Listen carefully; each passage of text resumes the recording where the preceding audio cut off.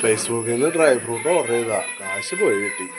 ഏത് ആപ്പിൽ നിന്നാണ് കാശ് പോയെന്നുള്ള വീഡിയോയിൽ ലാസ്റ്റ് പറയുന്നുണ്ട്, കണ്ടോളോട്ടാ, സ്കിപ്പ് ചെയ്യരുത്. അപ്പം ഞങ്ങൾ ഫേസ്ബുക്കിൽ ഒരു പരസ്യം കണ്ടു. ഫ്ലിപ്കാർട്ടിൻ്റെ പേരിലാണ് ആ പരസ്യം വന്നത്. അപ്പോൾ 4 കിലോ ഡ്രൈ ഫ്രൂട്ട്സ് 279 രൂപ. 279 രൂപ എന്ന് പറഞ്ഞാൽ ബദാം 1 കിലോ, അണ്ടിപ്പരിപ്പ് 1 കിലോ, പിന്നെ വേറെ ഒരു മുന്തിരി ഉണ്ട്, പിന്നെ വേറെ എന്തോ ഒരു ഡ്രൈ ഫ്രൂട്ട്സും ഉണ്ട്. അപ്പോൾ 4 കിലോ ഡ്രൈ ഫ്രൂട്ട്സ് 279 രൂപ ഓഫർ വന്നു.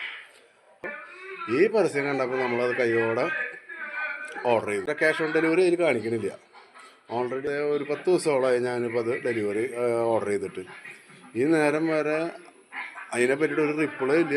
പിന്നെ ഇതിൽ ഗൂഗിൾ പേയിൽ പോയിക്കാൻ പിന്നെ ഇവരുടെ ട്രാൻസാക്ഷൻ ആർക്ക് ട്രാൻസ്ഫർ ചെയ്തതെന്നുള്ള ഒരു ഇതും കാണാനില്ല. നമ്മുടെ എമൗണ്ട് പോയി, പക്ഷേ ട്രാൻസാക്ഷൻ ഹിസ്റ്ററിയിൽ ഒന്നും കാണുന്നില്ല.